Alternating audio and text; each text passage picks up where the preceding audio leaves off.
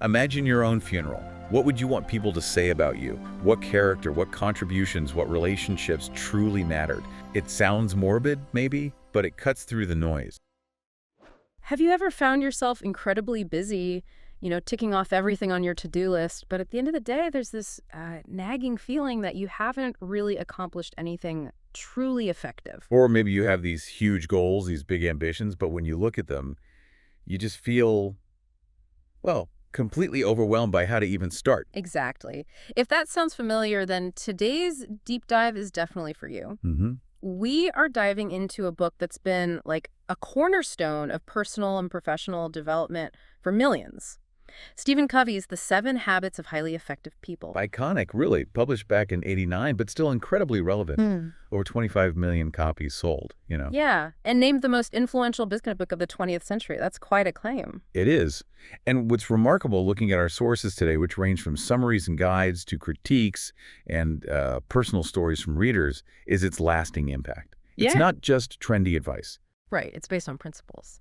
So our mission today is to cut through all that, distill the core wisdom of these habits, and give you a clear, actionable understanding of effectiveness. Basically, a shortcut to getting what this book is really about, packed with practical insights you can hopefully use. So let's start right there. What is effectiveness, according to Covey? Well, fundamentally, it's about balance. Okay. He calls it the PPC balance. P is for production, getting the results you want. Okay. And PC is production capability, maintaining the ability to produce those results. You need both. That makes me think straight away of that Aesop's fable, the goose and the golden egg. Exactly the analogy Covey uses. The farmer wants the golden eggs. That's his P, his production. Oh, he gets greedy. Right, impatient. Yeah. Kills the goose, his PC, his production capability, hoping to get all the gold at once, and ends up with nothing. And we do that, don't we? Focus on the short-term eggs, the urgent tasks, the quick wins, and neglect the goose. Our health, our skills, our relationships, our energy. Precisely. Covey argues that real lasting success isn't about the personality ethic, charm, skills, image, which became big after World War I. It's rooted in the character ethic. Things like integrity, humility, patience, foundational principles. That was quite a shift in thinking back then. So it's a journey, not a quick fix. He talks about moving from dependence, like relying on others, to independence, mastering yourself. That's what he calls the private victory, habits 1, 2, and 3. Then you move towards interdependence, working effectively with others. That's the public victory, habits 4, 5, and 6. Okay, and the 7th? Habit 7 sustains it all. It's about renewal. Keeps the whole cycle going. All right, let's unpack that journey. Starting with those first 3 habits, the private victory, getting yourself sorted first. Yeah, and it's structured that way for a reason. Covey suggests you must master yourself before you can truly, effectively collaborate with others. It sounds basic, but it's profound. Build that internal foundation. Makes total sense. So, habit 1, be proactive. What's the core idea here? It's about taking initiative, yes, but more than that, taking responsibility for your life. Choosing your responsibility instead of just reacting to things. So not blaming circumstances or other people. Exactly. Even inaction, Covey points out, is a choice, often a reactive one. It's about understanding you have agency. And he uses that concept of the circle of influence versus the circle of concern. Right. Reactive people tend to focus their energy outwards on their circle of concern, things they worry about but can't really control. Politics, the economy, other people's flaws. Yeah, you can spend a lot of energy there. You really can. Proactive people, though, focus their energy inward on their circle of influence, the things they can actually do something about, their attitude, their skills, their choices. How does identifying that circle help day to day? Well, one immediate way is through language. Listen to how you talk. Reactive language is like, there's nothing I can do, or he makes me so mad. It gives power away. Proactive language is more like, let's explore the alternatives, or I can choose how I respond to this. When a problem comes up, the proactive question is, what's the first step I can take within my influence? Even a tiny step. That feels empowering. Taking back control. Okay, moving to habit 2. Begin with the end in mind. This one's about vision. Knowing where you're going before you start anything significant. Covey says everything is created twice. First mentally, then physically. Like a blueprint for a house. Exactly. You wouldn't start building without a plan. The mental creation comes first. If your vision, your blueprint, is fuzzy or points the wrong way, the physical creation will be too. And he draws that distinction between leadership and management. That's critical. Yes. Leadership is deciding where the ladder should be placed. Which wall should we climb? That's the vision part. The up and out. Right. Management is climbing the ladder efficiently. The down and in execution. And his point is, you can be the most efficient ladder climber in the world. But if the ladder is leaning against the wrong wall, you're just getting to the wrong place faster. That's the straightening deck chairs on the Titanic analogy. Management can't make up for failed leadership. Wow.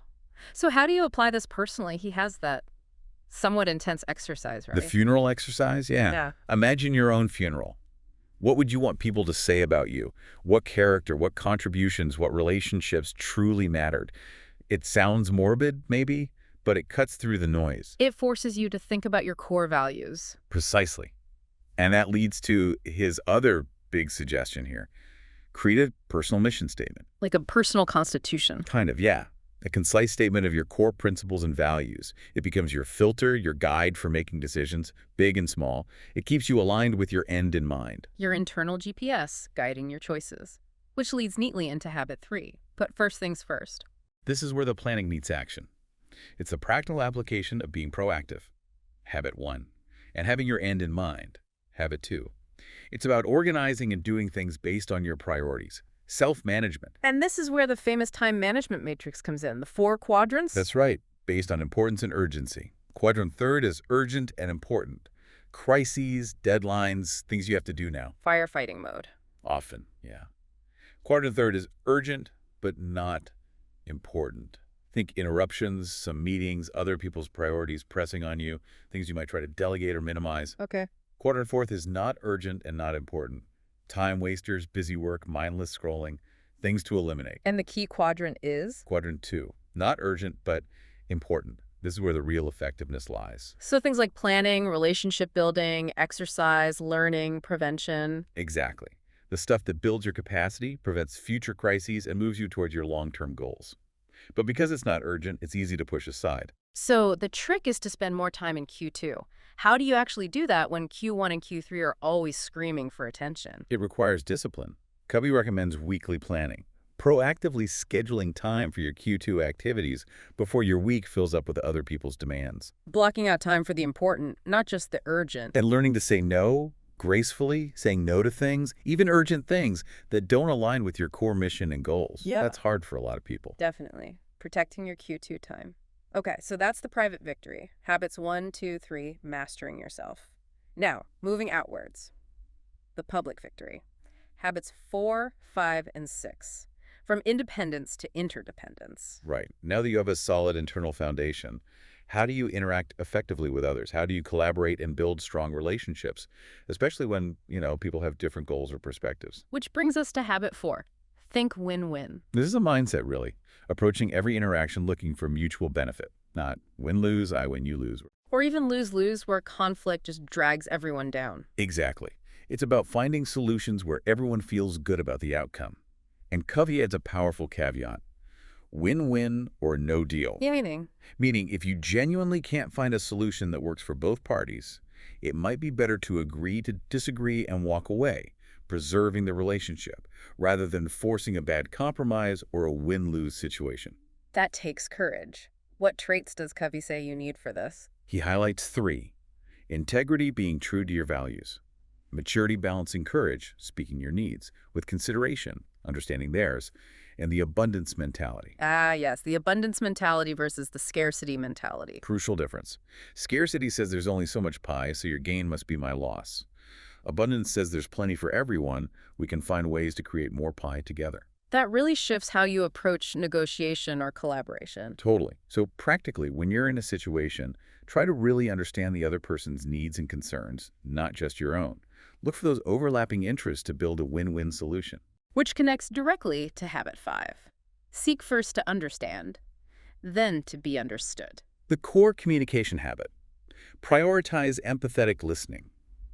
Really try to see the world from the other person's point of view before you jump in with your own agenda or solution. Like a doctor diagnosing before prescribing.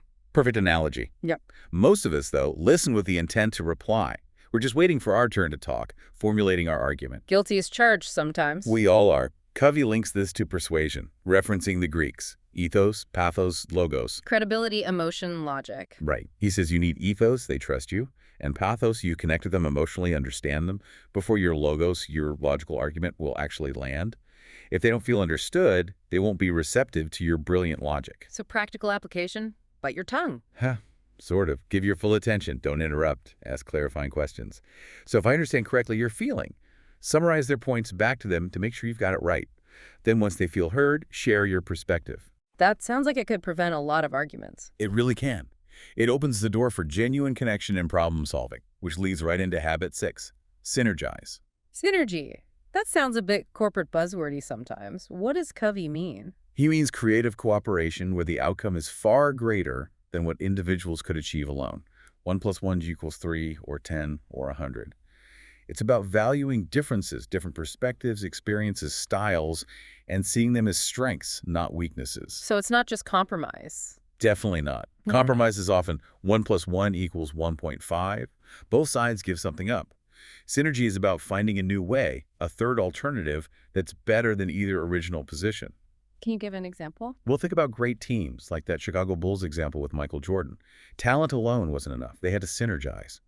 Or think about open source software, or even how Lego involved its fans in creating new sets.